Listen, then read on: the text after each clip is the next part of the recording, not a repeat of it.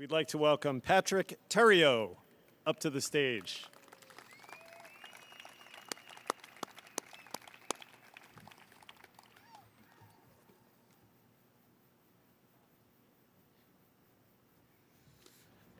Well, thank you for doing such a good pronunciation of my name, because it's a French name and I'm French Canadian, and I thought I would do my speech in French tonight, but I'm going to spare you. Sorry.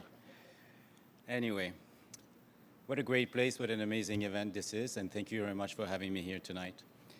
I'm going to share my story like people before me. I was diagnosed with pancreatic cancer in 2017 while I was living in the UK. Like many of us here, that diagnostic just came as a blow to the stomach. Because you see, I'm a medical doctor, and I have learned quite early in my career and on the medical school bench that this is the diagnostic you don't want to give to your patient. Well, luckily, in no time I had surgery. It was done in England. The Whipple was done, and then it was followed by 6 months of adjuvant chemotherapy. I was told it was a stage 1, and I was told also the surgical margins were clear, so I was hopeful.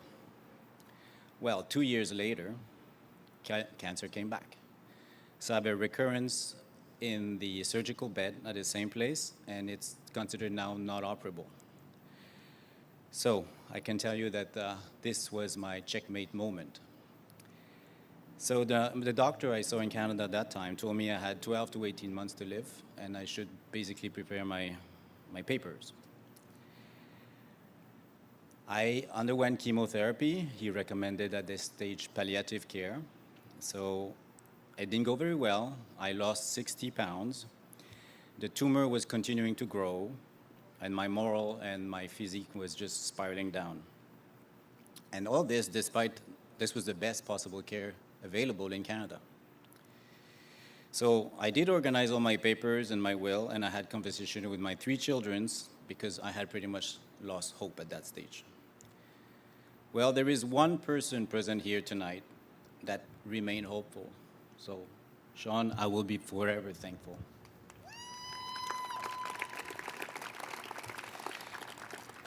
So Sean directed me to the John Sabga Foundation in Trinidad and Tobago, where he is from. Sean was a school friend of Natalie Sabga, who is the founder of this foundation, and she did that in the memory of her husband that we saw before. Well, Natalie responded to our call within a matter of hours, and she connected me with Dr. Boransky and his team at the Honor Health in Scottsdale, Arizona. So we're talking here about 2020, if you all remember. This was COVID. So it was impossible for me to travel, and it was also because of my very, very poor health at that stage. My first contact with the Arizona team was done through Skype. So I sent them all my medical reports, they reviewed my case, and they disagreed with the Canadian team. Dr. B recommended that I should stop chemotherapy and actually start radiotherapy, as my recurrence was very localized. He was willing to try a new approach. The Canadian team never offered that option because radiotherapy basically does not figure in the treatment offered by the government healthcare plan. And also, funny enough, I was also discouraged to take the radiotherapy because I was told pancreatic cancer is not radiosensitive. And even worse, it could actually spread, my cancer could spread if I stopped chemotherapy. Well, look at me now. We're talking 3 years later, right? So now I finished my radiotherapy, but I continue to be on oral maintenance therapy, chemotherapy. Dr. B says I look good. Thank you.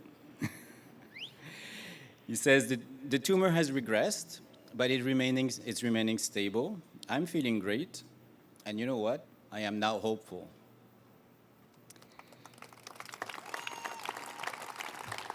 Thank you.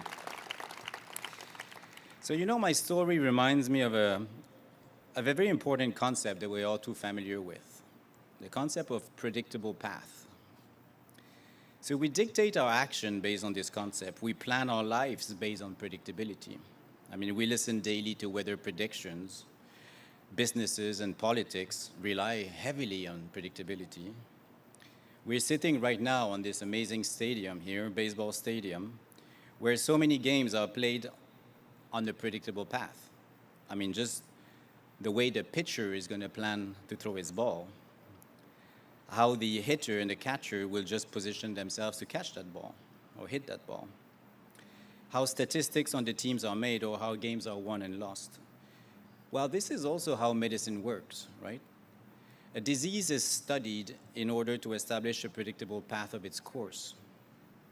We establish prognosis, we establish treatment based on predictability of the disease. When I received my diagnostic of pancreatic cancer, I knew the predictable path of the disease. I had studied that at school. As a patient, I was reminded again of the poor prognosis. And just like my team of doctors, I resigned myself to this predictable outcome. Well, the work that is being done by Nathalie Sabga and the Sabga Foundation, by Dr. B, by Lana Caldwell, all the team at Honor Health, by Dr. Van Hoff, by Dr. Weeks, by Dr. Evans, by Roger Magowitz and the Seena Foundation. This is important work because together what you're doing, you're actually changing the predictable path of pancreatic cancer.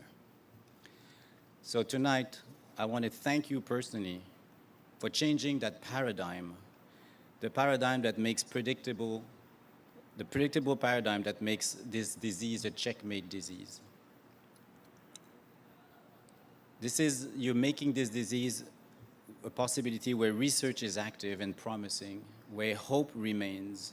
So thank you very much, and it's because of all of you that we're here tonight. So thank you very much for all the work you're doing.